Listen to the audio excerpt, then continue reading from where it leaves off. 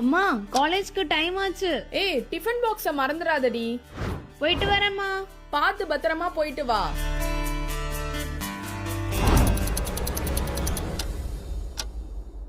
அண்ணா பல்கலைக்கழக மாணவி பாலியல் வன்கொடுமை சம்பவத்தில் சிக்கியுள்ள திமுகவை சேர்ந்த ஞானசேகரன் பல்வேறு குற்ற சம்பவங்களில் ஈடுபட்டுள்ளது தெரியவந்துள்ளது.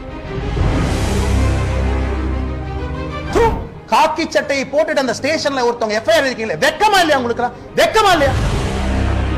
எஃப்ஐஆர் லீக் பண்ணிருக்கீங்களா சார்? பொண்ணு பேரு, மொபைல் நம்பர், அப்பா பேரு, ஊரு. வெக்க பண்ணு. திமுக யாராவது மரியாதை இருந்தா வெக்க பண்ணியா நீங்க? பொண்ணு ஊரு, அப்பா, என்ன அந்த பொண்ணு குடும்பத்தையே நாசம் பண்ணிட்டீங்க.